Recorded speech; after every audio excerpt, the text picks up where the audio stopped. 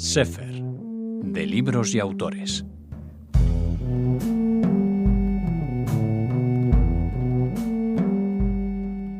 Un placer y un honor contar de nuevo en Radio Sefarad con la presencia de Roda Enelde. Hola, Roda. Hola, Y de Raquel. Jacob Abecasis. Hola. Nuestros traductores preferidos. Muchas gracias. Y además de muchos de nuestros autores preferidos. Y es que hay un gran interés, ¿no, Raquel? Sí. Roda, por la literatura yiddish en nuestro país. Me sorprende, nos sorprende y nos encanta del interés que hay por el público español por la literatura yiddish. En realidad no tenemos descanso y estamos encantados, vamos. Bueno, y para hablar de ese interés, empezamos haciéndolo presentándoles un libro que, como diría el clásico, no necesita presentación, Sí. porque es Los hermanos Ashkenazi de Israel Yehoshua Singer, un libro que en esta ocasión se presenta con vuestra traducción directamente del hebreo, del yiddish. Del yiddish. No del inglés como la No. traducción anterior que Sí. conocíamos aquí en España, ¿no? Sí, bien, la traducción anterior fue del año 2003. Siguió a la publicación de Sombras sobre el Hudson de su hermano, del premio Nobel, que fue un gran éxito y al haber sido traducida desde el yiddish directamente, pues realmente tuvo una gran difusión. Y a continuación nos asombró que la editorial, Ediciones B de entonces, quisiera que tradujéramos la del hermano, que era prácticamente desconocido en España, los hermanos Ashkenazi, ¿no es así? Así es. Sí. En aquel año era prácticamente desconocido. Y nosotros, pues la verdad es que lo habíamos leído, pero tampoco, en fin, no lo esperábamos, fue una sorpresa. Lo que sí nos dijeron es que debíamos traducirlo del inglés. ¿No es así? Es que el traductor era el hijo del autor y claro, quería que tradujéramos de su traducción. Pero él se tomó muchas libertades con la obra de su padre, como se verá ahora en la nueva traducción. Claro. Sí. Porque a lo mejor no conocía bien el yiddish o porque editó el libro de su padre. Las dos cosas pueden ser, pero también a lo mejor había presión del editor porque él eliminó 4 capítulos. Sí, efectivamente, Sí, eliminó 4 capítulos que a nosotros nos parecían, sobre todo 2 de ellos, muy importantes, muy importantes. Era uno concretamente, bueno, dentro de la trama histórica del libro, la llegada de Lenin a San Petersburgo, la llegada de Berlín, toda la introducción de quién era el personaje y demás, que le daba mucho refuerzo a la narración, ¿no? Y eso las matemáticas de Lenin y describe cómo llegó a echar abajo a todos y llegar él al poder y genial, una descripción genial, una pena perderla. Por supuesto. Sí. Está exportando la versión íntegra del texto La versión íntegra, sí. de Israel Yehoshua Singer. Con permiso del nieto. Ah, muy bien. Sí. Sí, la editorial hubo de entenderse en este caso con el nieto. Sí. Y francamente Acantilado estuvo desde el primer momento exigiendo que fuera del yiddish porque conocía el tema, ¿no? Ahora que citáis Acantilado, quería, si me permitís, mandarle un mensaje a Jordi Masferrer, que ya no es más jefe de prensa de Acantilado y que ha sido tan amable con Radio Sefarad durante todos estos años. No sé si... Sí, lo conocemos a través de los correos siempre para las Sí. presentaciones del libro. Le deseamos mucha suerte a, Muy bien. Pues a la nosotros persona también. que le ha Nuestra parte también, sustituido. desde luego. Nosotros también. Y Bueno, a él. Sí, contadnos a los oyentes cuáles son los valores de Los hermanos Ashkenazi, que es un libro de muchas páginas, pero que se lee en muy poco tiempo. Sí, Engancha, ¿verdad? Sí. Totalmente. Sí, la verdad es que es un libro que tiene una faceta de novela histórica importante, porque recoge además una época y unos lugares que Israel Yoshua los vivió en su juventud. Y luego tiene un aspecto de novela, de saga familiar y de un retrato de los personajes con una penetración psicológica fenomenal. Y entonces las dos cosas juntas, que además van acompasadas en el ritmo de la narración, el crecimiento de los personajes principales desde el nacimiento de los hermanos que dan título a la novela, pues hasta el final de cada uno de ellos, ¿no? Y sigue acompasado con el ritmo de los acontecimientos históricos. Y eso realmente es lo que engancha al lector de una manera tremenda. Y además se nos muestra formas diferentes de ser judío, ¿no? Desde y cómo luego. Esas formas entran en contradicción Desde también luego. en esta familia. Bueno, Singer en su libro realmente es que no deja títere con cabeza. Realmente. Él era un hombre de una personalidad muy imponente y muy sólido en sus convicciones, a diferencia del hermano, que era una personalidad más pasiva y más de compromiso con las cosas, ¿no?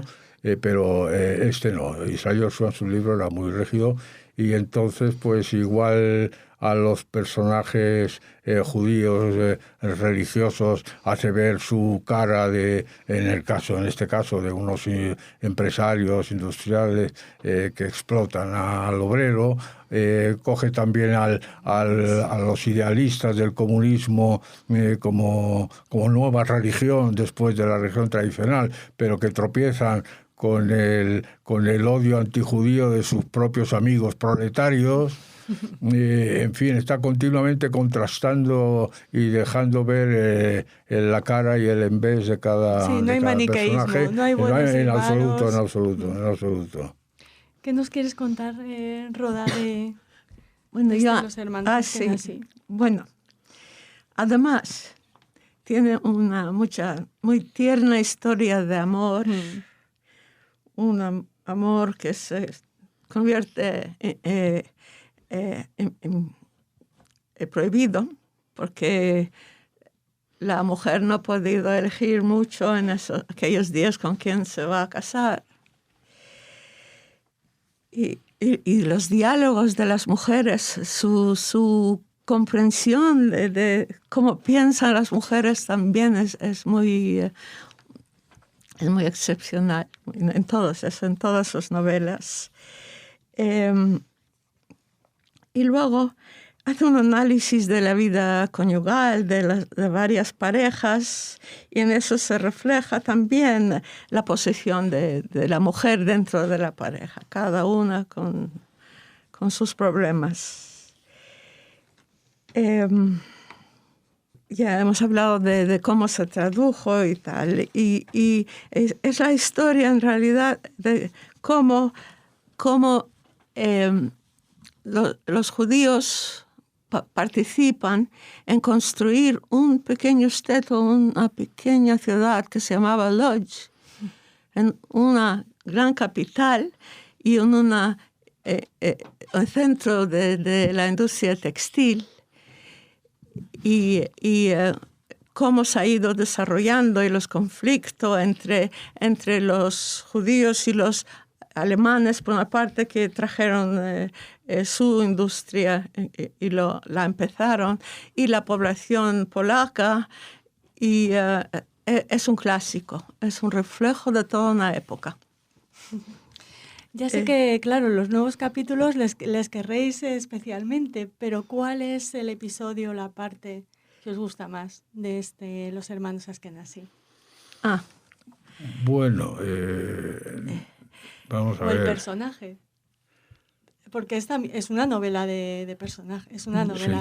Sin duda. Bueno, los dos personajes principales tienen unos caracteres muy definidos muy propios, ¿no? Como Simcha Meir, el ambicioso, desde el nacimiento. O sea, lo bueno es que desde el nacimiento de los dos hermanos, que son mellizos, son muy diferentes. Ya empiezan a acusarse la diferencia entre ambos, entre uno que es astuto, ambicioso, y que no se para en barras de familiares, ni de religión, ni de nada, y el otro que es un personaje espontáneo, alegre, seductor y tal, y que le salen bien todas las cosas. O sea, se casa con una mujer rica sin quererlo, que le dan una empresa y tal. O sea que es un hombre que tiene suerte en la vida, mientras que el otro se ve siempre comparado con él como un hombre de mala suerte, ¿no? A pesar de su ambición y demás. Son caracteres muy definidos, pero luego te tienes, por ejemplo, otros, tienes los dos personajes femeninos, ¿no? que definidos socialistas, ¿no? Bueno, los dos idealistas, el obrero humilde, de poca formación, pero que está absolutamente entusiasmado por las nuevas ideas, tal, y el hijo del rabino, que deja atrás la tradición, como le ocurrió en la vida a Israel Yoshua, y se entusiasma con la nueva religión, ¿no? Y como luego los dos, que los dos son judíos al final, tropiezan con ese sentimiento de fobia en los proletarios, ¿no? Y esos son personajes que en fin, que atraen mucho al lector, ¿no? A lo largo de toda la narración. Pues mi personaje favorito, tengo que decir que es la mujer Dinele, que los dos están enamorados de ella, y ella espera casarse con su amor. Las cosas van rodando como salen, es muy resignada y valiente, porque tiene que serlo. Y el personaje masculino, a mí me gusta mucho Nissen, el hijo de rabino, que cada vez que estudiaba junto con este Simcha Meir, pues Simcha Meir se hace un gran capitalista, pero en la escuela, cada vez que querían saber cómo hay que estudiar, el rabino llamó a Nissen. Se hartó de no hacer nada por lo que le rodeaba, y se hace luchador por los derechos del proletariado. Sí, no, lo bueno es que estos personajes además reflejan un poco la experiencia personal de Israel Yoshua, que abandonó las tradiciones religiosas a los 17 años y luego se ilusionó con el comunismo y viajó a Rusia 4 años y estuvo 4 años en Rusia recién casado, y ahí tuvo su hijo mayor además. O sea, que estaba totalmente lanzado a incorporarse a la nueva, y volvió de Rusia pues absolutamente desencantado. Y no solo eso, sino que escribió alguna novela, su primera novela, Acero y Hierro, que era retratando ese contraste que él vio y demás, y que le costó casi pues todo el contacto con su círculo de escritores amigos, que le dejaron de lado al ver ese ataque tan feroz contra las nuevas ideas.